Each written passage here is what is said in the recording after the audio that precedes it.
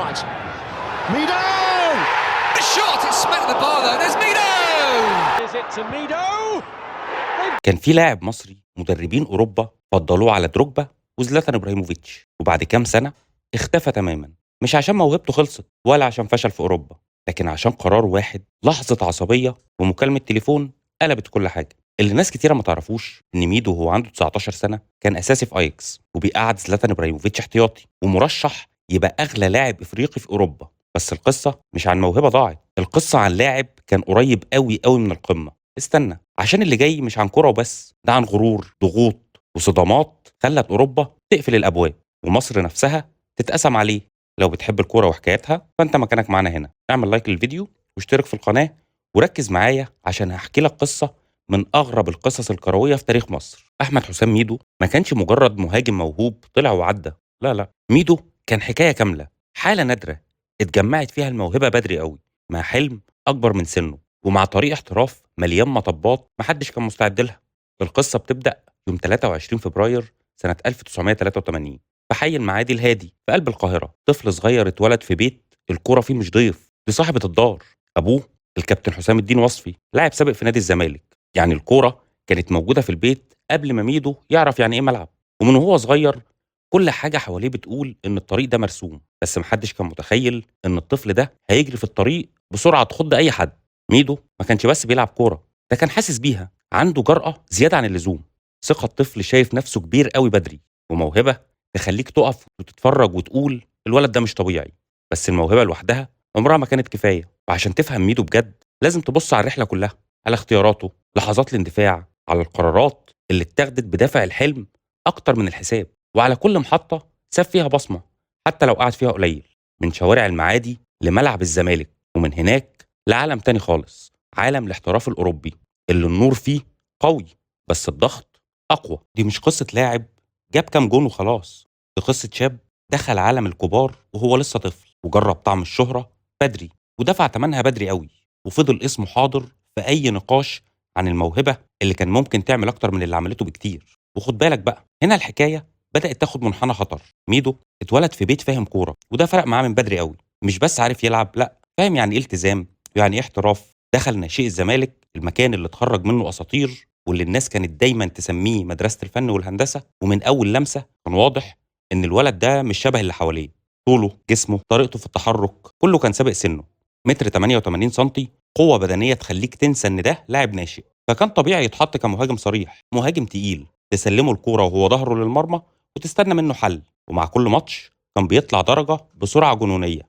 وفي سنة 1999 قرار صعب اتاخد، تصعيد أحمد حسام ميدو للفريق الأول وهو لسه 16 سنة، سن صغير جدا على دوري معروف بالقسوة والالتحامات. بس الملعب كان له رأي تاني. أول ظهور رسمي يوم 22 مايو سنة 2000 قدام القناة، ماتش خلص 0-0. بس اللي شاف اللقاء كويس لاحظ حاجة مهمة، الولد الصغير واقف قدام مدافعين تقال أكبر منه ب10 سنين وبيتصارع معاهم من غير خوف ولا تراجع ولا رهبة. واللي حصل بعدها بأسبوعين كان رسالة واضحة للجميع. قدام الألمونيوم ميدو سجل أول هدفين في مشواره مع الزمالك وقاد الفريق للفوز 3-2. في اللحظة دي الناس بدأت تفهم إننا مش قدام موهبة عادية، ده نجم بيطلع بدري. ساعتها عيون كتير بدأت تراقب، كشافين من أوروبا شايفين في ميدو حاجة نادرة، مهاجم إفريقي بمواصفات أوروبية، جسم، شخصية، جرأة، ولسه صغير. والنتيجة إن الرحلة في القاهرة ما طولتش كتير، ومن هنا بدأت القصة اللي غيرت كل حاجة. شنطة اتقفلت بدري وحلم كبير شد صاحبه ناحية أول محطة احتراف، بلجيكا، واللي جاي كان أبعد بكتير قوي مما تتخيل.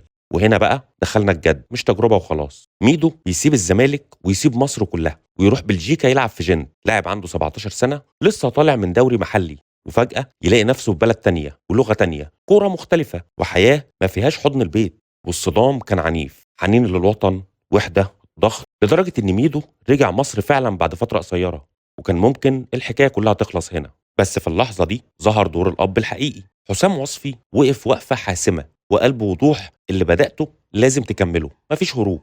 ميدو رجع بلجيكا بس المرة دي بعقلية مختلفة، من شاب موهوب للاعب قرر يبقى محترف بجد. تدريب زيادة، التزام، تركيز. المدرب باتريك ريميه بدأ ياخد باله الولد ده مش بس موهوب، ده مسؤول، وده نادر في السن ده. أول مباراة ليه في الدوري البلجيكي كانت يوم 27 أغسطس سنة 2000 قدام نادي انتراخت أليست. من هنا العجلة بدأت تلف بسرعة. جمهور جنت حبه، شاف فيه مهاجم مش تقليدي بيقاتل وبيخلص. ومع نهاية الموسم الأرقام كانت صادمة، 11 هدف في 21 مباراة. مش بس كده، ميدو خد حذاء الأبانوس كأفضل لاعب إفريقي في بلجيكا، وكمان جائزة اكتشاف العام. فجأة اسم أحمد حسام ميدو بقى بيتردد في مكاتب أندية أوروبية تقيلة، والمحطة الجاية نادي مش أي نادي، أيكس أمستردام. سنة 2001 ميدو وصل لهولندا ودخل مدرسة كروية مختلفة تماما. تحت قيادة رونالد كومان ميدو انفجر فنيا، ثقة، حرية، لعب هجومي، وكان وسط جيل ذهبي: زلاتان ابراهيموفيتش، ويستي شنايدر، فاندر فيرت، أسماء هتبقى أساطير بعد كده. ورغم المنافسة المجنونة دي ميدو حجز مكانه، بل أوقات كتير كان هو المهاجم الأول على حساب زلاتان ابراهيموفيتش نفسه، حاجات كانت كفيلة تخلي أوروبا كلها تقف وتبص. موسم 2001 2002 كان ذروة التألق، ثنائية الدوري والكاس، وميدو حاضر في اللحظات الكبيرة. هدف حاسم في نهائي الكاس قدام أوترخت، وأثبت إن الاعتماد عليه مش مجاملة. بس زي ما النجاح كان سريع، المشاكل بدأت تبان. رفض إنه يلعب في مركز مش مركزه، خلافات مع كومان، استبعادات، وتوتر في الكواليس. بذور الصدام كانت بتكبر بهدوء، ومعاها رحلة ميدو الأوروبية كانت على وشك تدخل مرحلة أعقد وأقصى، لأن الموهبة الكبيرة دايما امتحانها أصعب. الرحلة ما بقتش مستقرة، بقت سفر دايم وضغط أعلى من أي وقت فات. وهنا جت مكالمة التليفون اللي غيرت كل حاجة. لو وصلت معايا لحد هنا، اعمل لايك للفيديو عشان يوتيوب يقترحه لعدد أكبر من المشاهدين، وما تنساش تشترك في القناة. مكالمة تليفون واحدة كانت نقطة التحول الحقيقية في مسيرة ميدو، وكتير من الناس يا إما ناسينها يا إما عمرهم ما ربطوا بينها وبين اللي حصل بعد كده. خليني أحكي لك بهدوء. المكالمة دي كانت بين ميدو وبين وكيل أعماله رايولا. وقتها ميدو كان في أوج نجاحه مع أيكس، أساسي، جمهور بيحبه، ومدرب رغم الخلافات لسه معتمد عليه. رايولا قال له حاجة بمعنى أنت أكبر من أيكس، أوروبا كلها مفتوحة قدامك. الكلام ده جاله في لحظة حساسة جدا. ميدو شاب واثق في نفسه، شايف إنه بيتقارن بزلاتان إبراهيموفيتش، وحاسس إن أي اعتراض من المدرب هو إهانة مش قرار فني. بعد المكالمة دي نبرة ميدو اتغيرت والصدامات زادت. فكرة أنا لازم أمشي دلوقتي سيطرت عليه. ومن هنا بقى بدأت السلسلة: أيكس في خناقة، في إعارة، في ترحال، في عدم استقرار. مش سقوط فجأة، لكن نزيف ببطء. وعشان كده المكالمة دي كانت مهمة جدا دراميا، لأنها مش شريرة في حد ذاتها، لكنها جت في توقيت غلط ومع شخصية حساسة، فحولت مسيرة كانت ماشية بثبات لمسيرة بتجري ومش بتبص وراها. سنة 2003 ميدو ساب هولندا خالص وراح لأسبانيا، نادي سيلتا فيجو، على سبيل الإعارة، محطة قصيرة بس تأثيرها كان كبير جدا. ميدو لعب هناك وهو مركز وهادي وبيخلص كل فرصة. 8 ماتشات سجل فيهم 4 أهداف، وكان واحد من أهم أسباب إن سيلتا فيجو يعمل حاجة تاريخية ويتأهل لدوري أبطال أوروبا لأول مرة في تاريخه. اللي حصل في الليجا خلى سوق الانتقالات يولع، ومن فرنسا نادي مارسيليا اتحرك بسرعة ودفع مبلغ ضخم جدا وقتها، حوالي 12 مليون يورو، عشان يجيب المهاجم المصري اللي أوروبا كلها بتتكلم عنه. في مارسيليا المشهد كان مختلف. ميدو جنب ديديه دروجبا، ثنائي تقيل اتسمى وقتها القوة الإفريقية. واحد قوة وسرعة والتاني مهارة ولمسة وحسم، الاتنين مع بعض عملوا رعب لدفاع فرنسا وأوروبا. ميدو لمع في الدوري الفرنسي ولمع أكتر في دوري أبطال أوروبا، وسجل هدف ما يتنسيش في ريال مدريد قدام فريق مليان أساطير: زيدان، فيجو، رونالدو، نجوم صف أول. لحظات خلت اسم ميدو يتكتب بحبر تقيل. بس رغم ده كله القعدة ما طولتش. ميدو كان دايما عايز يبقى رقم واحد، النجم الأوحد، ومع وصول عرض مغري من إيطاليا قرر يمشي بعد موسم واحد. قرار تاني سريع زي شخصيته بالظبط. سنة 2004 محطة روما، المكان اللي ميدو نفسه وصفه بعد كده إنه عنق الزجاجة في مشواره الكروي. نادي كبير، اسم تقيل، بس واقع معقد. 3 مدربين في موسم واحد، لخبطة إدارية وعدم استقرار يخلي أي لاعب تايه. وفوق كل ده الإصابات، إصابة مزمنة في الحوض والعضلات الضمة رجعت ميدو خطوة لورا. لعب 14 مباراة ما قدرش يسجل ولا هدف رسمي، والأول مرة يلاقي نفسه حبيس دكة البدلاء. التوتر خرج بره الملعب كمان، خلافات عنيفة بين وكيل أعماله وإدارة روما، دفاع مستميت عن ميدو، لدرجة إن رايولا نفسه اتمنع من دخول النادي لسنين بعد كده. في اللحظة دي الموهبة اللي كانت بتجري بسرعة وقفت فجأة قدام حائط صلب: شك، إصابة، وضغط نفسي. وكان السؤال الكبير: هل ميدو هيعرف يرجع تاني ولا الرحلة قربت تخلص بدري؟ وهنا بقى وصلنا للمكان اللي ناس كتيرة بتشوفه أحسن نسخة من ميدو. يناير 2005 ميدو بيدخل إنجلترا من أوسع أبوابها، إعارة لتوتنهام لمدة 18 شهر. الدوري الإنجليزي بإيقاعه السريع، التحامات، ملاعب مفتوحة، وده بالظبط العالم اللي ميدو كان محتاجه، وهو نفسه قالها بعد كده أكتر من مرة. أول ظهور رسمي قدام بورتسموث ميدو سجل هدفين وتوتنهام كسب 3-1. رسالة سريعة: أنا رجعت. من الماتش ده بقى عنصر أساسي عند المدرب مارتن يول، ومهاجم الجمهور استناه من زمان. موسم 2005-2006 كان ربيع ميدو الحقيقي في لندن، 27 مباراة في الدوري، 11 هدف والهداف الثاني للفريق. أداء ثابت، ثقة، وشخصية قائد في الهجوم، لدرجة إن توتنهام قرر يشتريه نهائي من روما في أغسطس 2006 مقابل 6.7 مليون جنيه استرليني. وهنا بقى التحول المؤلم. أول ما العقد اتوقع المشاكل القديمة رجعت تاني، الحالة البدنية بدأت تنزل والوزن زاد سنة صغيرة، والمنافسة زادت جدا مع قدوم البلغاري ديمتري بيرباتوف. دقايق اللعب قلت والدافع بدأ يهتز. ميدو ما استحملش القعدة على الدكة، وفي 2007 قرر يمشي لميدلسبرا. قرار اعترف بعد كده انه ندم عليه، لانه بدل ما يقاتل على مكانه في توتنهام اختار الطريق الاسهل واللي طلع بعد كده الاصعب. في ميدلسبرا المنحنى نزل بسرعه، موسمين 6 اهداف بس، اصابات رايحه جايه، والنادي بدا يدور على بديل. ميدو حس انه مش مقدر والاحباط زاد، ومن هنا الرحله الانجليزيه بدات تخلص بهدوء. اعارات غير موفقه لويجان اتلتيك وويست هام، محاولات رجوع بس من غير شراره.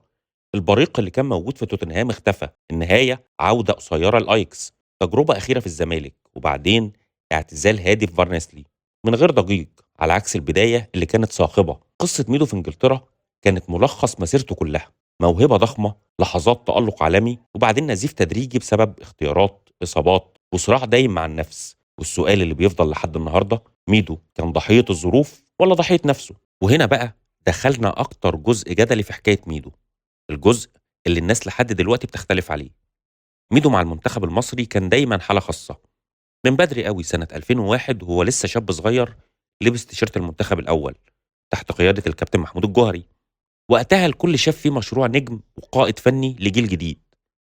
لعب 51 مباراة دولية، سجل ما بين 18 ل 20 هدف، وكان دايما موجود في قلب الصورة سواء جوه الملعب أو براه. في كأس الأمم الإفريقية 2006 ميدو كان واحد من الأعمدة الأساسية، سجل الهدف الافتتاحي قدام ليبيا، وكان وجوده البدني عامل رعب لدفاعات افريقيا. مهاجم طويل قوي بيعرف يمسك الكوره ويفتح مساحات للي حواليه. منتخب مصر كان محتاج النوعيه دي، بس التاريخ دايما بيختار لحظه واحده يختصر بيها كل حاجه. نص نهائي 2006 قدام السنغال، الدقيقه 79 والنتيجه 1-1. حسن شحاته قرر يبدل ميدو وينزل عمرو زكي. قرار فني بحت، لكن رد الفعل كان كارثي. ميدو انفجر، رفض الخروج، اشتباك لفظي قدام الكاميرات، مشهد شافه الملايين، وكلمة خرجت في لحظة غضب وفضلت تطارده سنين. في ثواني الصورة اتقلبت من نجم منتخب لمصدر أزمة. والمفارقة القاسية إن عمرو زكي سجل هدف الفوز من أول لمسة. قرار شحاتة كان صح، وموقف ميدو انهار تماما. النتيجة كانت قاسية: استبعاد من نهائي البطولة، إيقاف 6 شهور. ورغم إن اسمه رجع بعد كده، إلا إن علاقته بالجهاز الفني عمرها ما رجعت زي الأول. وميدو ما كانش جزء من أمجاد 2008 و2010 رغم إن موهبته كانت لسه موجودة. السنين عدت وميدو فضل شايل جواه إحساس بالظلم، وده بان في تصريحاته بعد الاعتزال لما فتح ملفات حساسة واتكلم عن كواليس المنتخب، وادعى إن قرارات استبعاده ما كانتش دايما فنية، وإن في أمور غيبية زي السحر والزئبق الأحمر كان ليها دور. تصريحات عملت جدل واسع، في ناس شافت إنه بيكشف اللي حصل، وناس شافت إنه بيهدم تاريخ منتخب كامل. وفي الآخر مسيرة ميدو الدولية فضلت معقدة زي شخصيته بالظبط. مجد حقيقي، لحظات ما بتتنسيش، وصدام واحد كان كفيل يغير كل حاجة. وفي الآخر ميدو يمكن ما بقاش محمد صلاح، بس من غير ميدو الطريق ما كانش هيبقى ممهد. هو اللي كسر الخوف، هو اللي فتح الباب، وهو اللي دفع تمن بدري عشان اللي بعده يكمل. دي حكاية موهبة كانت قريبة من القمة جدا، بس الأهم إن تأثيرها لسه موجود ولسه مكمل. ولو القصة دي علمتنا حاجة فهي إن الموهبة لوحدها مش كفاية، والنضج ساعات بيجي متأخر. دي كانت حكاية أحمد حسام ميدو. قول لي أنت شايفها إزاي؟ موهبة ضاعت ولا تجربة اتعلم منها جيل كامل؟ لو عجبك الفيديو أو المحتوى اللي بيتقدم اعمل لايك للفيديو واشترك في القناة وفعل الجرس عشان يوصلك كل جديد. شكرا وأشوفكم على خير.